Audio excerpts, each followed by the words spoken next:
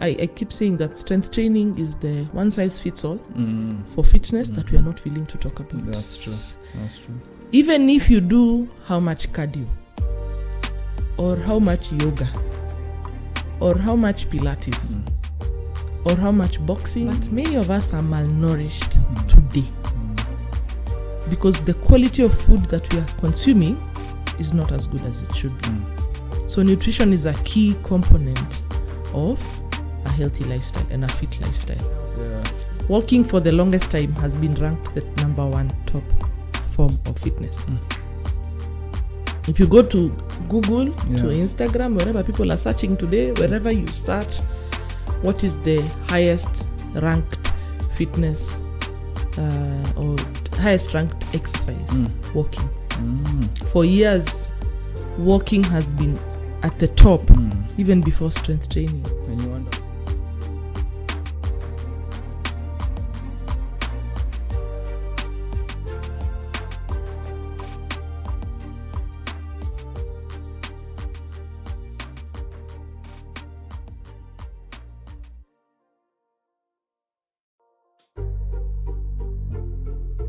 Welcome to the Shujaa Fitcast. My name is Kanyeki Kamawe.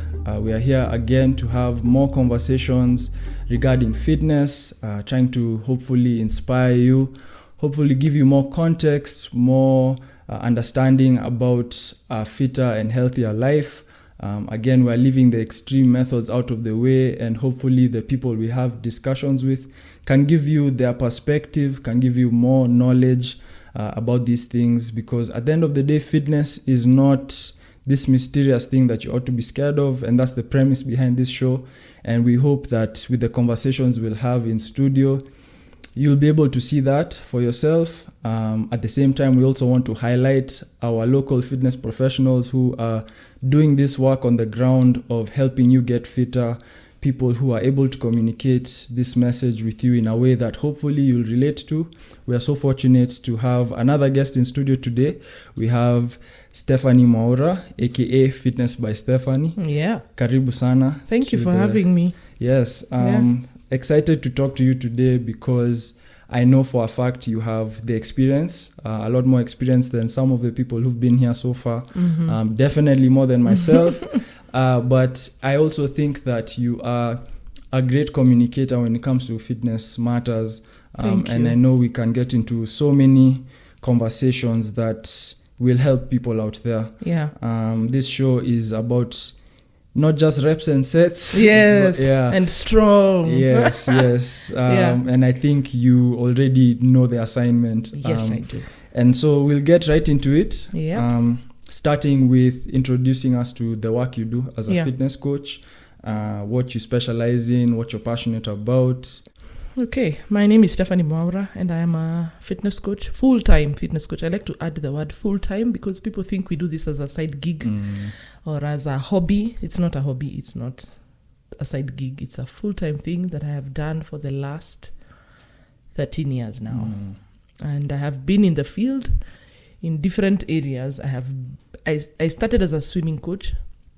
I was a sporty kid. So when people ask me, how did I find myself here? Fitness chose me. I didn't choose fitness. Fitness chose me because it was part of my life in different ways and in different schools. I was a swimmer. I was a runner. I was an athlete for field events. I was once the top of javelin in Central Province in high school. Okay. I used to do everything. Anything that required some sport. The only sport I haven't played properly is basketball, which is weird for my height. Yeah. Yes. Everybody thinks you are a basketballer. Yeah. In the later years, I became a basketball wife for a bit. Okay. That's the farthest I went. I knew that was unfair, and I would be there screaming from the decks, but I never played it. Yeah. I played everything else. Handball. I was a netball referee for the Netball Association of Kenya. Okay. Wow. So I was a sporty kid. Yeah. So when I went to uni, I didn't study fitness per se, but fitness found me there, and I mixed it with hospitality and tourism, which is what I studied eventually.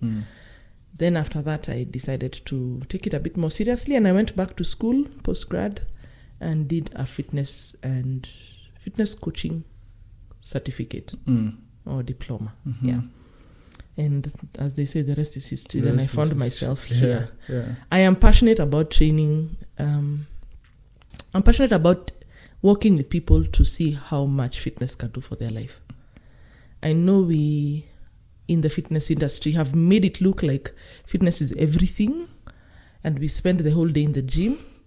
But for me, I have learned to just give people an experience of how much fitness can improve your daily life.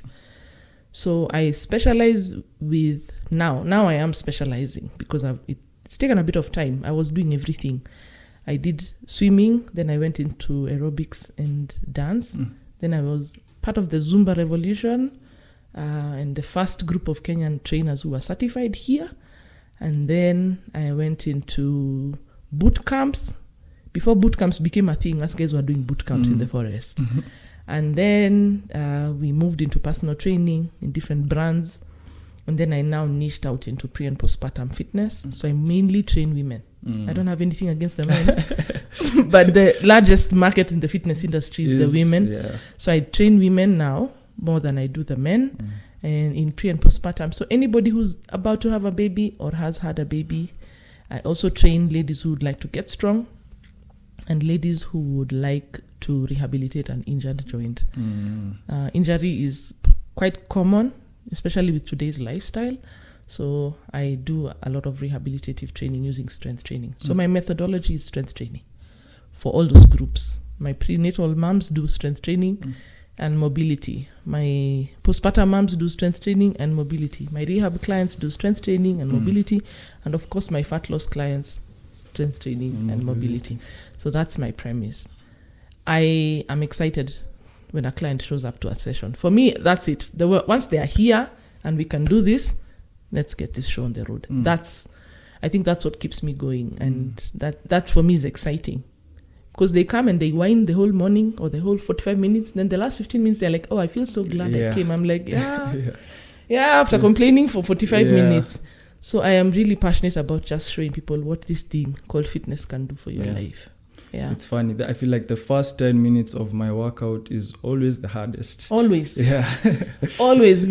I keep telling guys that anybody who trains voluntarily, like they were not sent to us by a doctor, is not okay.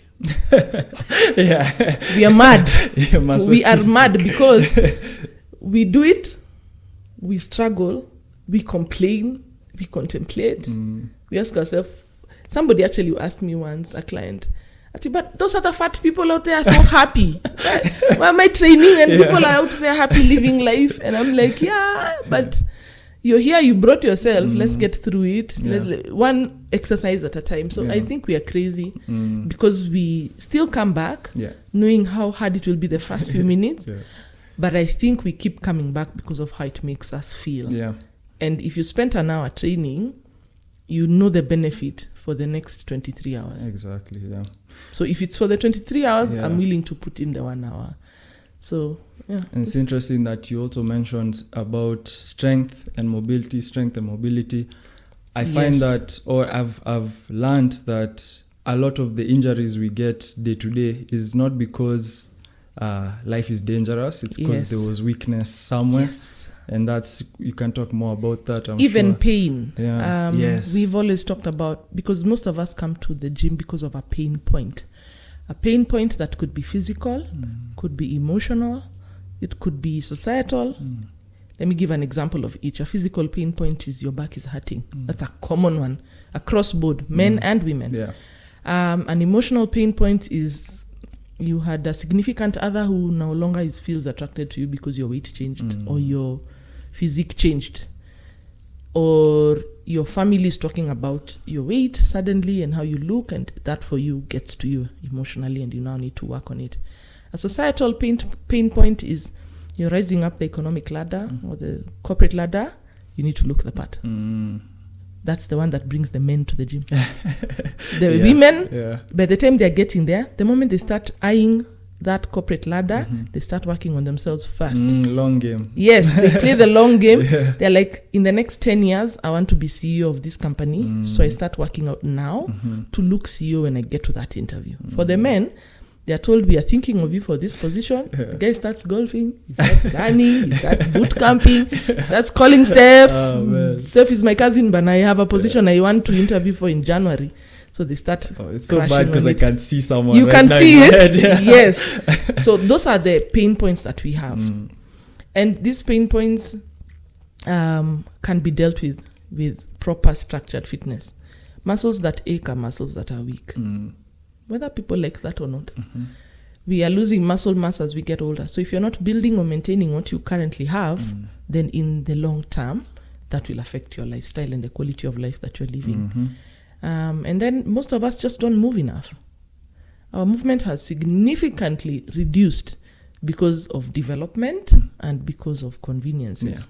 So now I can afford to just sit, take my phone, order lunch from my phone. You don't even have to talk. No talking. I don't even use my facial muscles. Just swipe, get it delivered to my doorstep. And I'm getting everything delivered now. From clothing to food to workout wear to workout equipment to furniture to groceries. So we are not moving as much as we should. So that is why strength and mobility, I keep saying that strength training is the one size fits all for fitness that we are not willing to talk about. That's true. Even if you do how much cardio or how much yoga or how much Pilates or how much boxing, Zumba, all of it. Zumba, high intensity interval training, running, marathons, name it. Without strength training, there'll be something missing. So, but what if I'm a woman and I don't want to look like a man? That's the challenge. Why should I lift weights? I need to look like a man more, maybe. Because I have been strength training. When I discovered strength training, like for me, it's like a light bulb moment. It was during, I remember that day very well because the aftermath was not funny. So I joined fitness school after uni. I was not like the younger people in the class. I wasn't here to waste time. So anything the teacher said, please go and do, I did. So this day we are told we have a gym class. We used to have theory in the morning and then afternoon you have the practical classes. So we had a gym class in the afternoon. And finally we were testing out the strength training equipment. And we were taken through the gym, being shown, the machines that are in every gym. The pec deck machine, the leg press, the leg extension. So you're allowed to test it out, put as heavy a weight as you can to see how high you can lift, or what's your 1 rep max. At the time, we were testing all the theories you're learning in class. And I went to the pec deck machine, and I put the heaviest weight I could do. And I did very many reps, just to show how much I could do it. And let me tell you, I slept like this for like 3 days. And I'll never forget it because the day after I was driving my parents to the airport with a manual car. The airport has never been so far away. Because now you're turning a steering that is not power steering. But I have been strength training for all that time. That was 2011. And you still look like a woman. I still look like a woman. Wow. Thoroughly still look like a woman. But that is when I discovered strength training. And I have never looked back. I have never focused too much on any other form of training for the last many years now. There are 12 years now. And if looking like a man is what women are afraid of, they need to just look at the ladies. The majority of the ladies who strength train. I think the challenge comes in with people not being able to distinguish strength training and bodybuilding. So the ones they say, I don't want to look like that, are bodybuilders. And bodybuilders are competitive athletes. They're just like the marathoners who are very thin and their body fat percentage actually is not very advisable for anyone who's not a marathoner. So if you are looking at the bodybuilders and you still want to look like what you would typically call a lady, then that's not it. But the majority of us who strength train look like what many women want to look like. Exactly. They actually ask us, what do you do? I want to look like this. I have very many people asking me if I can train them to look like me. Unfortunately, I can't because everybody looks the way they look. But the benefit of strength training is that you can accentuate Yeah. the muscles in all the right places. It's amazing because it was my first experience of changing reality in a sense. Yes. It's like, and for me, that I was talking about this yesterday with someone, how the first time I noticed I changed something, and it wasn't extreme, but changed it from where I was. Yes. It was so intoxicating. I was like, I'm not stopping. Yes. Yeah. I keep telling clients that so the body you have, then we're just improving the versions. Yeah. Just like the way phones are improving and tech is improving. When you strength train, you're just revising that version. Yeah. So you're at a 2.0. For those of us who've been at it for many years, we are at version 11 now. Yeah, Pro Max. Pro Max. Everything. We are now at the 108 megapixel for a front camera. You know, that's what strength training does. And I hope we are encouraging more and more women to strength train, so that they can deal with many other things that they think looking like a man is the worst. It's not the worst. Yeah. There are many other things that strength training does for you. So, yeah, strength training is the one size fits all in fitness. Yep. And The future of fitness. And yeah. we don't like to hear it, especially those of us who are sedentary, but that's where we are headed. So if you can jump in, give it a shot. I always tell guys, just give it a shot for 3 months. Yeah. Not 2 weeks, not the 2 weeks that people like to give. I did 2 weeks and I gave up. Yeah. Give 3 months. If it doesn't work out, please ask for your money back. No progress in 3 months. You need to re-strategize. But now, at least you'll have an objective answer. Yeah. Kabisa. So, something I feel like we should talk about is, and I think you've touched on it in a sense, is the essentials of becoming fitter and healthier in your view. You've already mentioned strength and mobility. Yes. What are some of those other essentials that you think go into living a fitter and healthier life? So I have 5 principles I talk about all the time. Number 1 is exercise, which is including a strength training component, and then mobility. Exercise is very important to having a fitter life. The second one is good nutrition. This year I am changing gears from focusing on calories to focusing on nutrients, because nutrition is about nutrients. We have fed, and I say this with all the remorse in the world, on behalf of me and all the other trainers, we have fed the society with the fact that they need to just focus on calories, that it's become an obsessive thing we are doing because we want to be small. But many of us are malnourished today because the quality of food that we are consuming is not as good as it should be. So nutrition is a key component of a healthy lifestyle and a fit lifestyle. You can deal with very many things on the plate.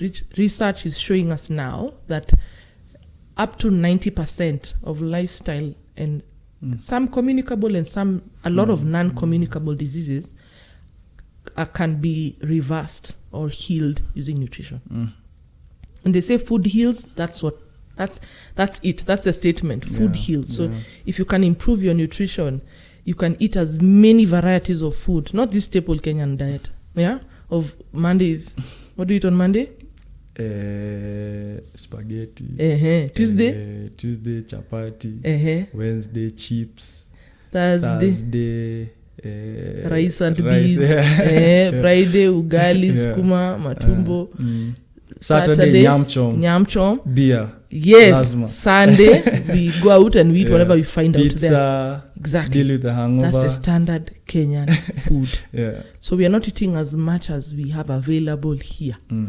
We don't even realize that we have no seasons. You've lived in a country where there's seasons.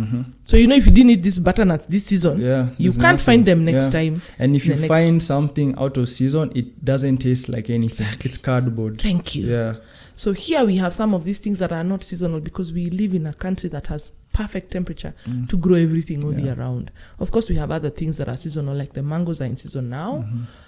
So they taste fantastic right now. You'll still find them in the rest of the year, but those are under irrigation. So they don't taste the same. So nutrition is a very key component. Nutrition can help you fix your health. Before it helps you fix your waistline, which is what everyone wants to fix. Because the waistline is only fixed by the nutrition. It can help you fix your health. Number 3 is stress management. Most of us are stressed beyond what we should be. Yeah. Let's take a moment to just Exactly. breathe. So many of us are not breathing out. We're not Yeah. even breathing deeply. We are not. Life is happening. And this thing that we were telling our parents, when I grow up, you're like, why did I grow up? Man, adulthood Why? is a lie. This thing is the biggest scam ever. Yeah. Like, I want out. Yes. I keep telling my friends, I'm thinking of sending a letter to whoever is involved, to whom it may concern. Yes. I want out of this plan Yes, because dear this thing is sir, not oh, working for madam. me. I didn't sign up for this. Yeah. There was a meme going on over Christmas with a chick with a phone and me calling God to make sure I'm not on his strong warrior list for 2023. Yeah. So stress is a big contributor to poor health and bad fitness levels.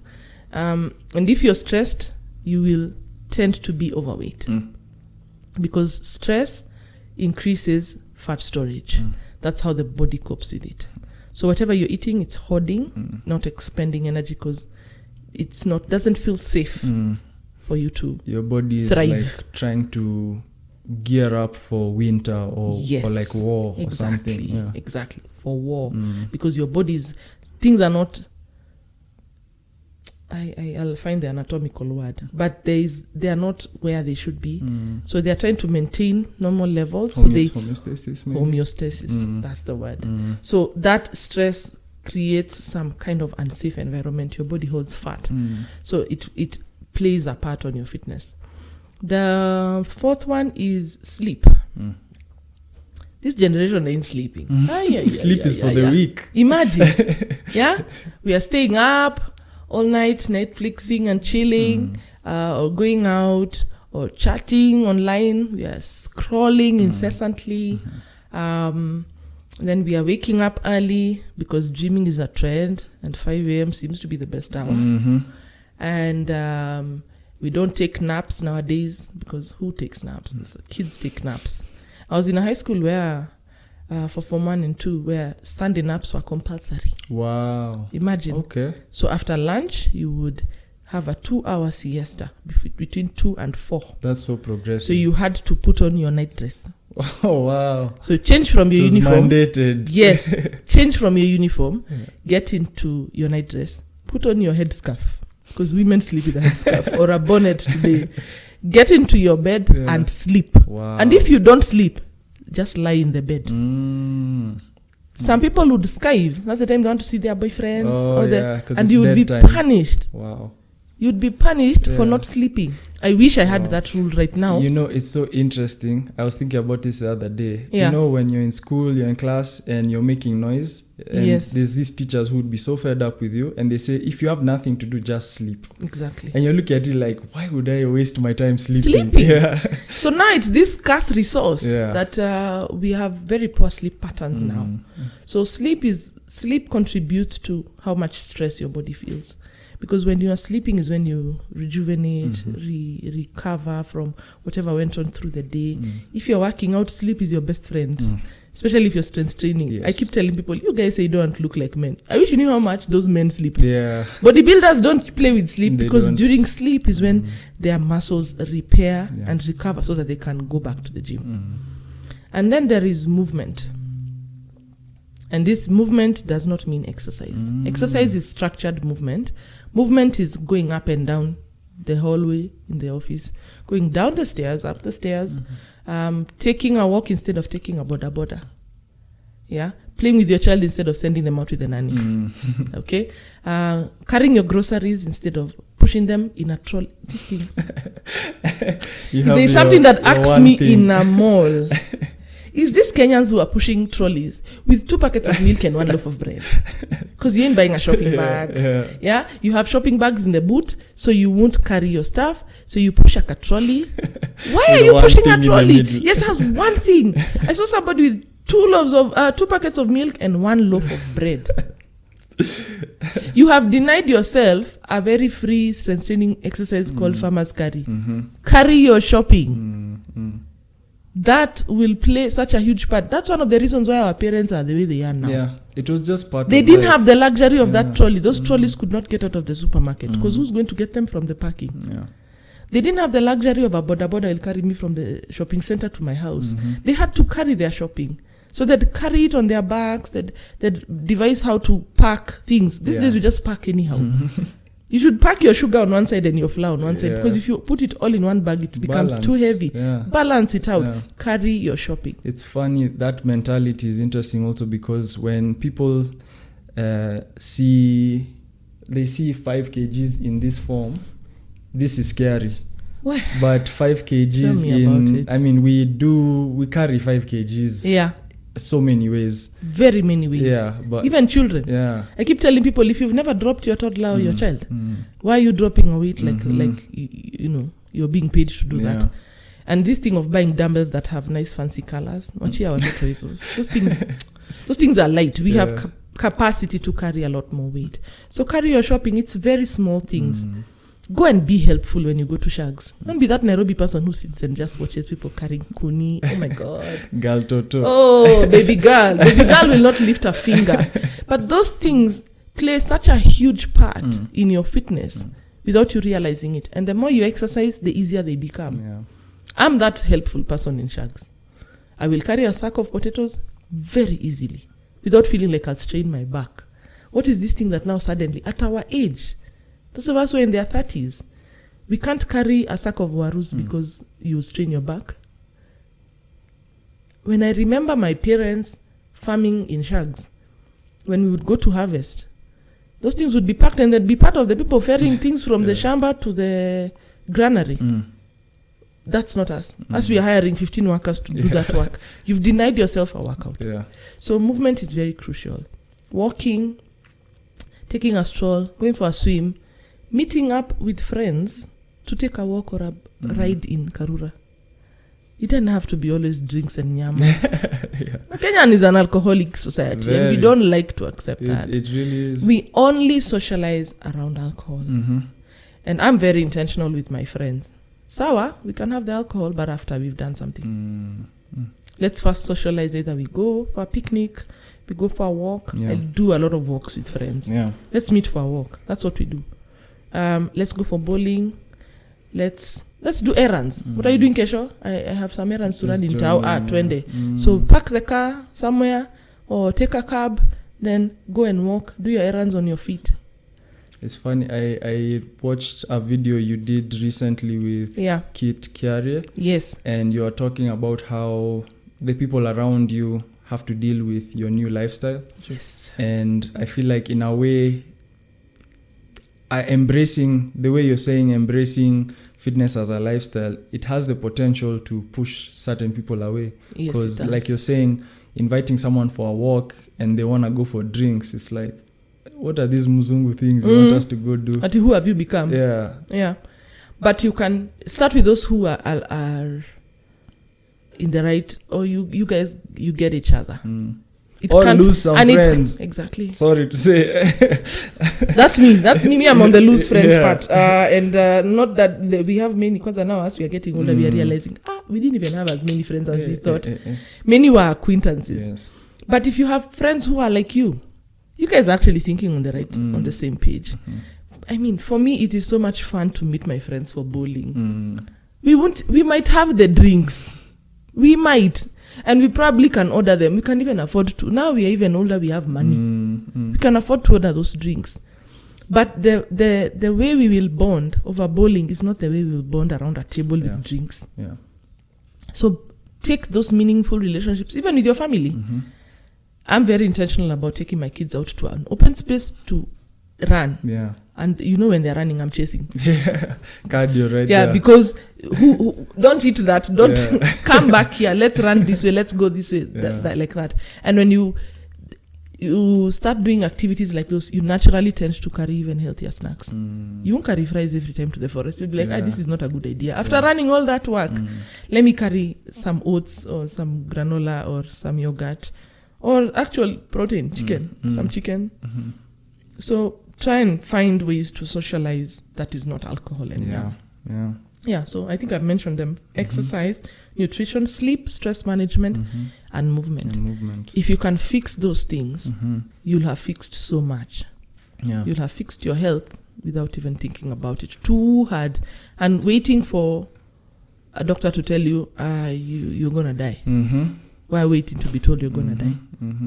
You don't have to get there. Prevention is better than a cure. Always. Yeah. Always. And so, over the years, what are some of the bad fitness ideas now? Because you've been in the scene for a while. Yeah. What are some of the bad ideas you've encountered, and how do they negatively affect people's perception of fitness? Because there is a perception people have of fitness, especially locally. Oh yes. That is not very. I don't know what to call it. It's negative. It's not progressive. Yeah, it's not progressive. Yes. So what are some of those bad ideas, and also where do you think they come from? If I mention all of them, we might stay here until tomorrow. But I'll mention a few that are common. Carbs are bad.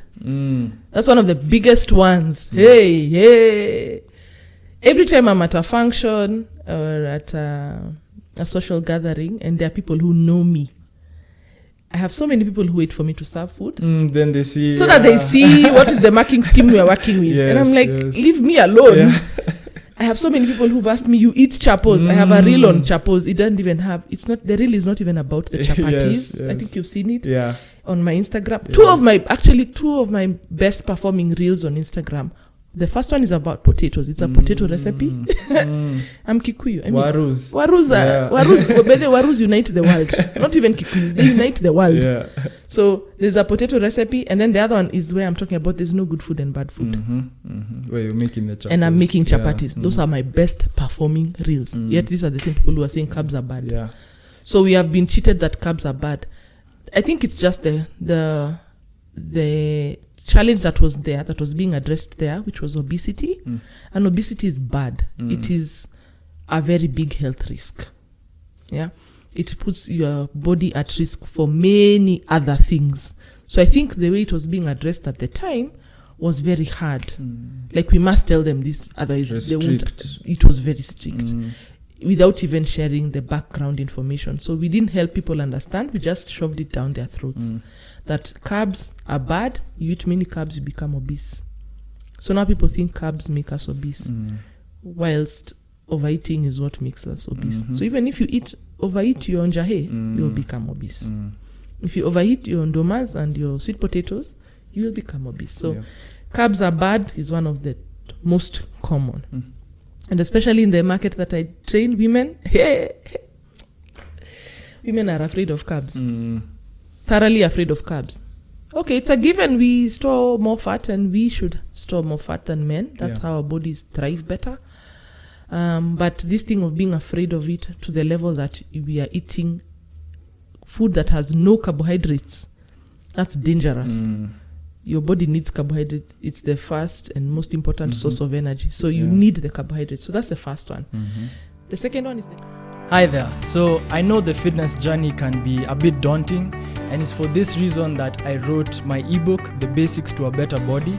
This ebook is available via the Shujaa Fitness Instagram. You can click the link in the bio or DM to receive the book. It goes for only 500 shillings.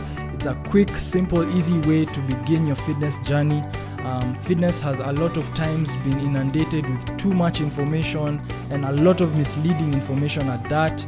And I felt that it's necessary to come up with something that would help anybody out there who's just looking for a quick, simple way to get started on this journey.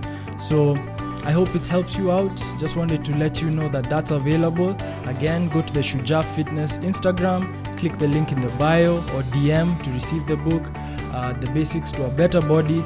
It's a very easy read, not very long. Comes with 2 free workout programs, if I didn't mention already. Basically, these workout programs are very detailed. You'll know exactly what you need to do and how to do it. There's also links included to show you how to do each exercise. Check it out. Check out The Basics to a Better Body, and all the best out there. The second one is the detox culture. Oh, yes. You're detoxing a body from outside. I keep asking people, how do you expect that thing you've drunk to go to your arms to detox? If you did biology, and everybody did in Kenya, I hear some people dropped it in Form 3. But most of us did it up to Form 2, and I think it was in Form 2, where we learnt about the 7 systems of the body. The digestive system was one of them. The digestive system, haipatanagi mahali na excretory system. Only when it's done. So we have a liver for that purpose, and your kidneys. We have a full detox team in your body. How we are detoxing externally still amazes me. Yeah. But detox can be supported with nutrition. You can help or you can improve the function or the detoxification function of your body. However, you cannot detox with this thing in a bottle. So that one is one of the flat tummy tea. Ooh, and those things are selling off the shelf. Quick fixes sell. Yeah. The day I'll find a quick fix, I'll just stop working. So I'll be rich. I'll be this rich woman. Yeah. I'll be in Maldives just posting for you guys my beach body. Now I'll be working on my beach body. I won't be training anybody. But quick fixes sell. Maybe I mentioned one more. What's the other one that I... Yeah, the other one for women will look like men when they strength train. Yeah. I think that one has been sold. It's so... And it's serious propaganda. Yeah, whoever sold it did a great job. They did. I mean, like, I don't believe... And they are benefiting from it because cardio classes will never die. They'll never die, exactly. High intensity interval training. Yeah. The cardio classes will never die, and they're full of women because women don't want to look like men. They would rather look thin and lanky than look strong. And I keep saying strong is beautiful. Yeah. And strong doesn't have to look buff. Yeah. And many of us don't have enough testosterone to look like a man. And we judge this look like a man thing from a very one-sided perspective because we look at these people when they're in prep. Yes. When they're at their peak. At their peak. Yeah. Just before the competitions, they're like, me, I don't want to look like that. Yeah. Trust you me, they don't want to look like that forever. Yeah. Because even they know that this was prep work for the competition. Then they go into what we call a refeed program, where they bulk up and become chubby so that they get back into eating normally. Off-season peaks are not that nice. They are not. But we only see the ones when they are buff and they are ready for the competitions, and you're like, if that is how I look, I don't want it. That's not it. Yes. So women can never look like men. Also, a caveat which is very sarcastic. Let me put it out there before I say it. Men today don't look like the men. Men don't look like men. So what men are this? What men are this you're saying you don't want to look like? Have you seen the men of today? Men are not lifting. I mean, I have to agree. I've come for them. Yeah. Violence. Exactly. Violence. Yeah. Every day. So if you're saying you don't want to look like the men, look at the men around you. What, pot bellies? Yeah. I definitely don't want to look like that. So me, I keep saying, I don't want to look like a man. That's why I'm training. Because men today are busy working and fending for their family and having money, because these days, I don't know that it's these days, it's a thing we never knew about men.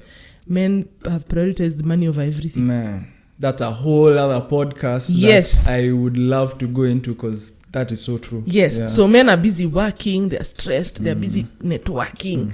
They don't have time to train. So men today don't look like what we think men should look like. So I don't know why women are afraid to look like men. Me, I don't want to look like a man. Yeah. So those are the three, I think, top. The carbs are bad, detox culture, and strength training will make you look like a man. I think we'll move on to, because I think you've really touched on just the way we think about fitness, some of the ways our ideas have evolved. Yes. Moving on to something a bit more specific about how you promote fitness is walking, which you kind of touched on. Yes. But you promote walking for fitness. Let us know why that's such a priority for you right now. So for the longest time, now the other thing that people think is that I've talked about walking now. The first poster I ever created was a walking poster. Oh, wow. That was in 2009. The first poster I ever created about the benefits of walking, or the fitness poster, was a benefits of walking poster. I need to find it, because we have grown from those kind of posters to what we are doing now. Yeah. Walking for the longest time has been ranked the number one top form of fitness. If you go to Google, to Instagram, wherever people are searching today, wherever you search, what is the highest ranked fitness or highest ranked exercise? Walking. For years, walking has been at the top, even before strength training. And you wonder why the people who work for you are always fit. Exactly. People without mobility like the rest of us. Now you have a car, you sit as you go to work. These guys have to walk to work. They don't sign up to any gyms. No gyms. Or a guy in Mjengo. Yeah.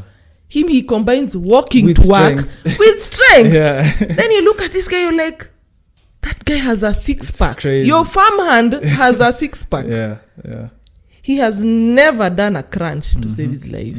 He doesn't know what a plank is. Nope. You'll have to really his form explain. is probably horrible in the Yes, gym. Yeah. exactly. Yeah. But that guy walks to work, strength trains for a living, and then walks back home. So walking has been ranked top. And then in terms of cardio now, with research over the years, walking has been ranked the top most effective cardio for fat loss. I know we think running is it. The intensity. Yes. But running has shown us that if you're not running at a certain pace, it's not as effective as walking, because running puts a bit more stress on the body. And we talked about stress. Yes. We said anything that puts too much stress, the body doesn't enjoy and it starts to fight back. Then there's this thing of hunger after running that finds many people now on the flip side. Instead of running and losing the weight, you're running and you're still maintaining because you have this extreme hunger after running. So you'll find if we do, let's go to Karura today, I do a run and you do a walk. When we come back, I'll probably want a sandwich, a smoothie, nini. You'll be like, I'm good, I can take water and go home. Yeah, that's interesting. Because thinking about it in my own experience, there are times if I have a good enough breakfast, even before a purely weight session, there are times I'm still full even after. And I'm like, I actually would be okay with just a drink. Yeah. Whereas if maybe I did intense cardio, I'm definitely famished. Starving. Yeah. You're famished and you come back and you want to just eat the entire world. So walking has been ranked top in terms of cardio form for fat loss. Another thing walking is proven to do is it is an antidepressant. So this stress we are dealing with, I normally tell guys, just go out and take a walk. And that's one thing I apply with my clients religiously. If a client is not up to a workout session today, we will take a walk. Just take a walk. Because I'm sure they will feel a bit lighter by the situation at the end of that workout or walk, whatever we did. Walking is safer for a large amount of the population. Your shosho can walk, your dad can walk, you can walk, and your baby can walk. Yep. It is safe on the joints. It is good for your posture. So it ticks a lot of boxes. The reason why I'm a big advocate for walking is because people have excuses for fitness.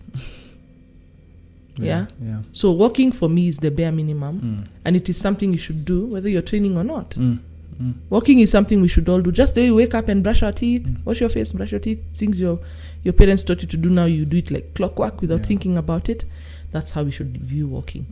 Because walking can help you maintain a certain fitness level even when you have no access to anything else. Without access to cardio machines, it's free. To strength training equipment, to a trainer, you can walk. And imagine you can walk anywhere in the world. Yeah, that's true. Yeah? That's this true. thing of saying that now what happens when I go, who will train me? I need to find another trainer who I click with. You can start by walking as you figure it out. We don't like simple though. How am I going to Instagram a walk? Exactly. Like, come on. But you know the basics work. And even us in fitness, we are just busy selling the complicated part. This is true. But we know very well that the basics work. And they are the foundation of fitness. Walking is one of them. I have very many people who've told me, I'd love to train with you. I tell them, book a consultation. And then through the consultation, we realize that I can't train you. Either location, budget, timing, you're not ready to sign up for, you're not ready to commit to all this. The commitment. The commitment is just too much. You're not in the right headspace. It's not the right time. You don't have a clear defined goal. I don't pick clients just because of the money. We need to click. So for me, a consultation is also important, not just for you to be content with what I'm saying and feel like I can train you the way you want to be trained, but I also want to feel like I can offer you the service that you're looking for. Very many people, after that consultation, they're like, I'll just start with the walking and then I'll hit you up in a few months or even next year. Or when I'm in town, I have people in Kericho, in Nakuru. We can't meet. I can't train them every day. And maybe there's no gym around them. So they can start by walking fast to get their body used to moving frequently. I have so many people who've lost weight through walking. But we don't believe them. As we want to hear, what exactly did you eat? Food. I ate food. That's why at a function, people are looking at me. Yes, I have pilau, I have chapo. I'm at a function. Yeah, and that's what's on That's offer. what we eat during functions. I mean, if the melon was not on top, I didn't come. If the food was not served, if the melon is not sitting right on top of it. So we need to just stop undermining. Walking is too underrated. Yeah. So I challenge people to just start walking. Give it a shot. Walk daily for 30 days and come back to me. If it wasn't worth your time, I'll pay you. I'll pay you. Find a route. You live in a nice area, hills and valleys. Take a different route every day. You live and discover the neighborhood. The best way to discover anything is either walking, a bicycle, or a boda. Not a car or a train or an aeroplane. It's easy to be passive when But when you're walking, you see a bump, you see a sign, you see a shop, you see somebody who's always there. You're in your busy yake. You'll see a turn, you'll see a dead end. It also allows you to be present. You can't walk mindlessly. So walking is very powerful. I love walking. I feel very refreshed after a walk. And I'm happy to walk everywhere. Anywhere, everywhere, as long as it's safe. Anywhere and everywhere. I really would love for us to I want us to put like a full stop on the general fitness stuff with one last convo before we move on to now the pre and postpartum side of your work, which I think is really important. But a comment on our local fitness industry and how you've seen it evolve, where we're at, what are the things that are helping us grow, what's still holding us back. Maybe it's ideas, maybe it's, I don't know, access or opportunities. How do you view the general landscape? So when I joined the fitness industry, there were very few ladies in the market or in the industry at the time who were before me. A large number are still there, but most of them are not known because social media wasn't a thing when we joined the fitness industry. I joined the fitness industry when it was starting to grow and become this thing that people can do. But for the longest time, we were those members of the family wa kurukaruka. Bado unarukaruka kule Westlands. Because I used to work in Westlands. So everyone was like, bado unarukaruka kule Westlands. And that's when people thought it's a side gig. Because the only fitness that was known was Jane Fonda, aerobics. So if you're not doing aerobics, you tend to explain to people, I'm a strength coach. So you teach people how to lift. I'm like, yes, lift what? So where we started, we got in when it was starting to get off the runway. The fitness field had been there, but it was just purely aerobics. You're either doing aerobics or you are a bodybuilder Mr. or Kenya. or you are a runner. In Kenya, we all run. So you're either a bodybuilder, an aerobics instructor, or a runner. So if you are a bodybuilder, you are probably a bodyguard somewhere also. Yes, a bouncer. Or a bouncer in a club. So people knew you because your face looks familiar because they've seen you in a club. If you are a runner, that was a thing people did in the hood, and certain hoods had runners, others didn't. Then if you are an aerobics trainer, you are the one who's helping people to lose weight. Because that's the only way people are losing weight, by doing aerobics. Wow. So it evolved, and aerobics started to sort of die down. Strength training started to become this thing. Then a lot of research started being done in fitness. Not here. Abroad. And so now we started reading more about it. We got fitness schools. And now it has grown to the level that personal trainers have 100,000 followers on Instagram. Yeah, they're celebs. And people actually say, I am a personal trainer. Us guys had to convince our parents. Mnafanyanga nini tena? I had to tell my mom that for a while. Made me laugh. For a long time, my mom would be asked, so what does Shiko do for work? And she would call me. Come and explain what you do, because she couldn't explain. I was not in the 5 careers that Kenyan children were in. I was not a doctor, a pilot, an architect, an engineer, or a teacher. I wasn't. I was now something else. PE. In fact, we used to be called what were PE. So it has really grown to the level that now people are known for it. We know the need for exercise and good nutrition. We have so much information that we can access. Maybe too much. Now we have too much because the myths are mixed in there with the good information. So where are we at as an industry? We are growing. I think, and we'll be in that stage for a while. And it will take time. Growth takes time before we say we have arrived, because the generations are also changing. So the need for fitness is becoming, as the industry grows, the need for fitness is growing. Because now we also have access to fast foods. Yeah. Oh, man. A lot more. That so our eating habits have changed. Yeah. That was a trip to find as much fast food when I came back home. Exactly. I couldn't believe it. Yeah. So I remember growing up that we would eat chips from out. My mom would make chips at home once in a while. But the day you eat chips from a fish and chips place, that's what they were called, was on Sunday after church. And my dad would petition us, there's like a place on Mwendimbingu.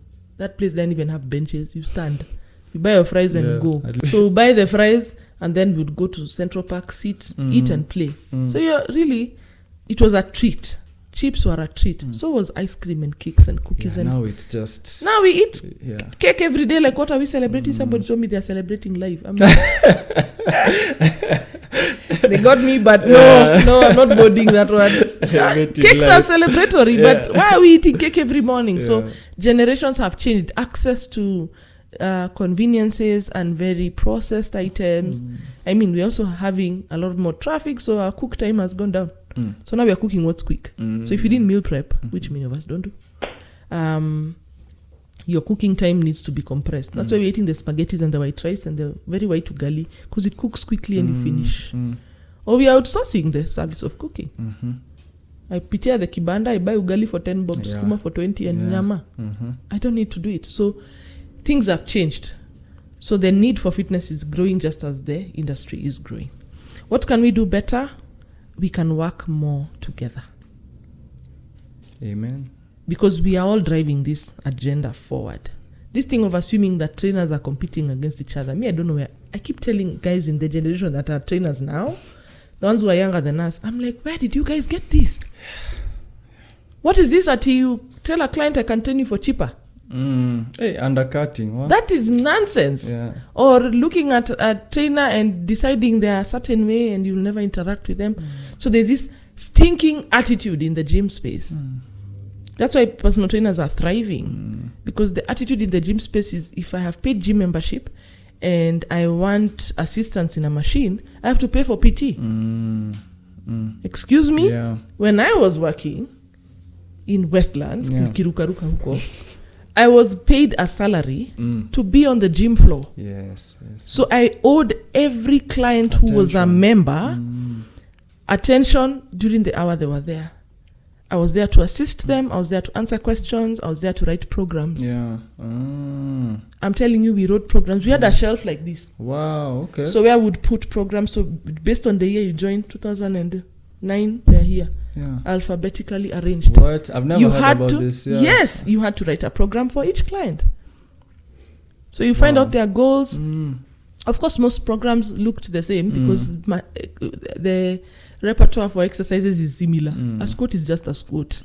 Even if you want me to write something else, the squat is what you need to do.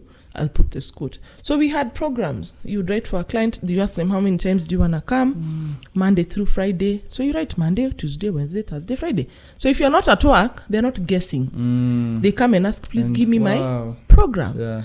And they do it for at least 3 months. And I was the only lady trainer in that gym. All the other trainers were men. So if I'm not at work, my colleague will ask your name. Okay. I pull out your program, like today's Thursday, so you're doing 20 minutes of cardio, and then you go to today you're focusing on legs. You've never heard of that? Yeah, this is like news, because I'm thinking it takes so much of the guesswork out of it. And then absolutely, when it comes to, if I'm just new in the gym, yes, and I'm shy, because let's say you're not used to the whole gym atmosphere. But the gym space is intimidating. Have you ever walked in? Exactly. And you see the men are just crossing there with sipping the water with angry faces. Women are in bad shorts and sports bras. You're like, and you've never worked out a day in your life. Yes. And so how in the world am I now supposed to also learn how to use the machinery, how to use the treadmills, the whatnot, that gap of, so now I'm guessing my way through it. Thank you. And acting like I know what I'm doing. because I'm too shy to ask for help, and everybody looks like they're winging it, so you will also do that. Yeah. And then you're like, let me Google. And then when you Google, you find you and your Tabata workout. You've told me it's just I only need 4 minutes and I'm a beginner. Yes. The lactic acid hits me and I never come back. So we had no guesswork in our time. Clients came. Let me give you let me take you through what clients would go through when they come and join the gym. The reception would seriously upsell us. We are these fantastic trainers. Yeah. So the facility has every equipment you want. We have 30 treadmills. That was a big selling point of how many treadmills you had, because treadmills were in. And that's why many gyms have like 1 million. Yes, it's a thing that was there, because cardio was the only training we were doing for weight loss. So the more treadmills you had, the more members you attracted. So they would upsell you at the reception, and then the client comes in, they've paid their membership, 2 weeks of orientation. Wow. That client does not have a program. Yeah. They are trained by a trainer who's on shift. So if you came at 7 and Steph is on the morning shift, she'll take you through, do this, do that. And I don't need to give you personal attention. We used to call it personalized attention, where I come in, check on you, and then I move away. I go to Kanyeke, I go to Nduta, I go to Kenneth, like that. I make sure everybody's fine and doing what they need to do today. Wow. So 2 weeks, they would get through an orientation kind of process, familiarize themselves with every machine. I needed to take you through every machine. And if you had special needs, I have machines where I've indicated not this, not that. You get? Then after 2 weeks, then now we sit down and I take you through a consultation and a program writing. Then I write you a program and I put it in the shelf.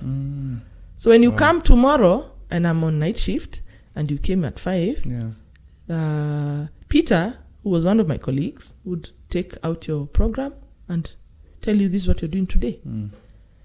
And then you'd go through the program and then you'd be like, Peter, I don't like this program. I know Steph did it with all the passion, but this part is really, I'm struggling with it. And he would come to me and he'd be like, this client complained about here. Maybe do something about it. So you change it up. It's a whole village working on your fitness. Exactly. Journey, So we knew clients by first name, not by you are not on my PT program. What's that? So these days clients walk in, they've paid membership, which is what is paying you, either the retainer you're getting or your salo, but you don't even have salamu za Mungu. No. Clients walk in, they are looked at, they are judged. We've made the fitness space unsafe. And I'll say this as a woman, because women walk in, I am overweight. So I'm very self-conscious. I've walked in and I come and find the snatched babes who've been here a while in their sports bras and scrunchies or butt shorts. But when I walk in, I have come with the Sengenge Ningombe big t-shirt because that's the one that covers what I'm trying to work on, and tracks, and probably a cape. Yeah, to hide your face. To hide. I have headphones to block out everybody. And then I walk in and I see you give me a certain look, and you look at your colleague and you laugh. What have I done? It's damaging. I've already showed you you're in the wrong place. This is not the place for you. So we've made it unsafe. We've made it unsafe for clients that they come in and they don't feel, because if you don't belong, you will not come back. Yeah, no. And that is where CrossFit inashinda kila mtu. Yeah. CrossFit has created this family community, that even me, I want to be part of. I don't like CrossFit, and but I want to be a member of the CrossFit family. How are these guys celebrating birthdays? I'm telling you. And those workouts are so grueling. Exactly. Like that's why I said people who exercise are not okay. They are mad. So you find these CrossFitters, they're doing 100 deadlifts. Yeah. 100.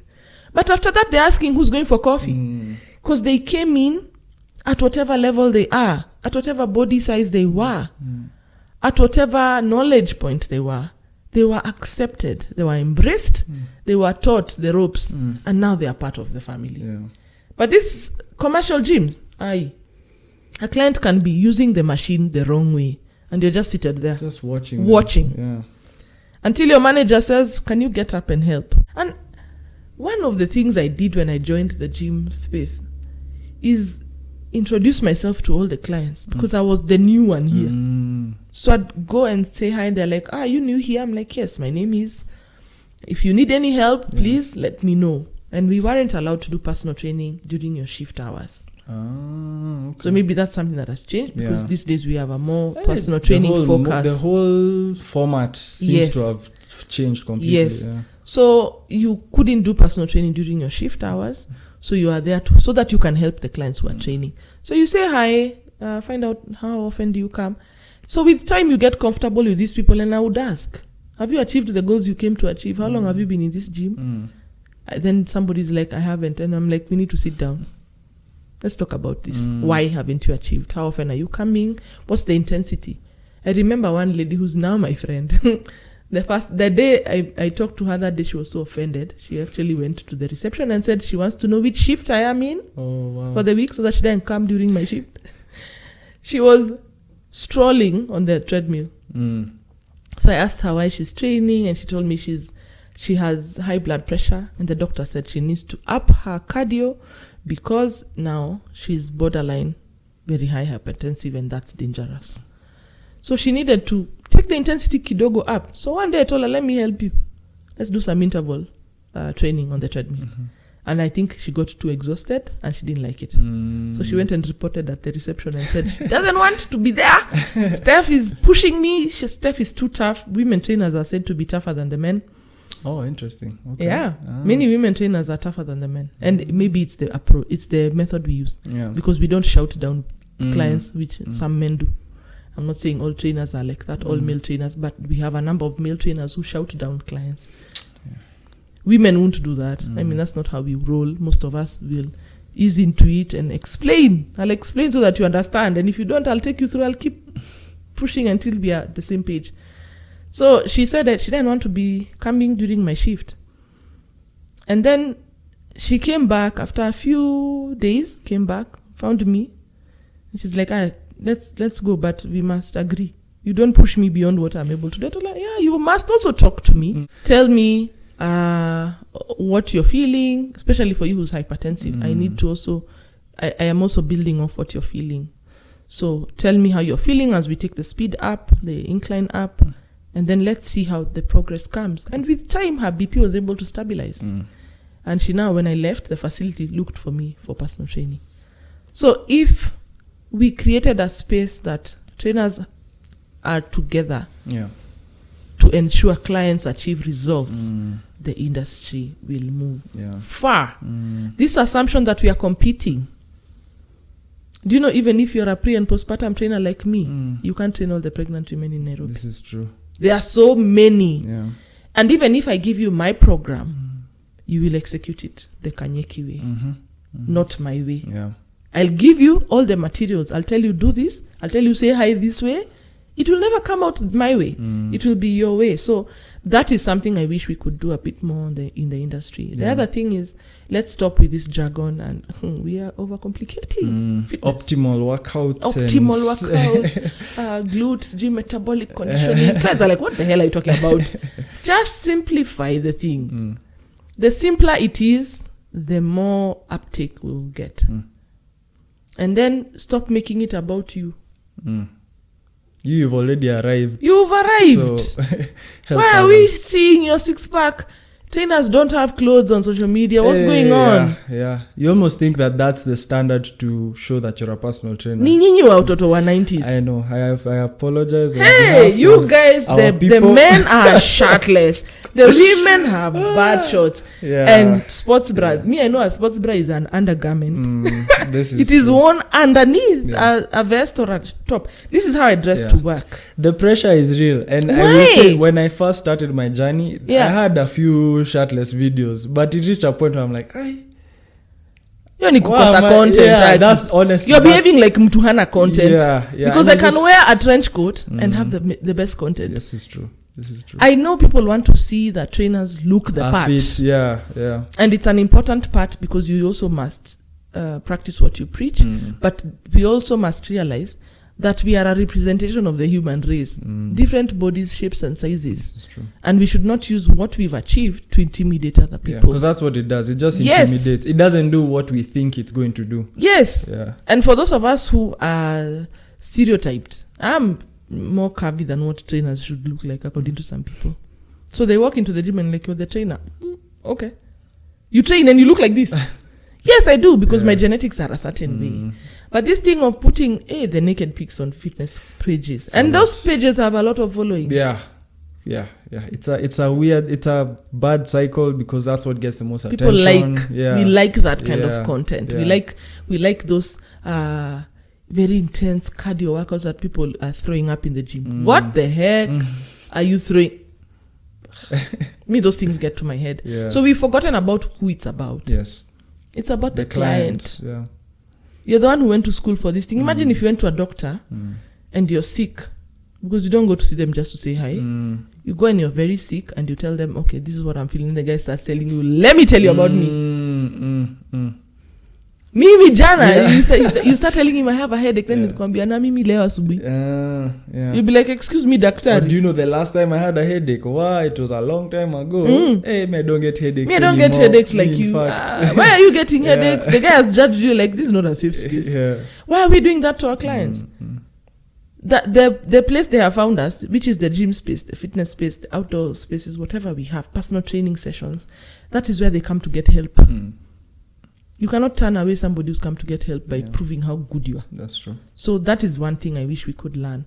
We are misusing social media because we didn't have social media. Sisi tulikuwa tunatafuta na simu.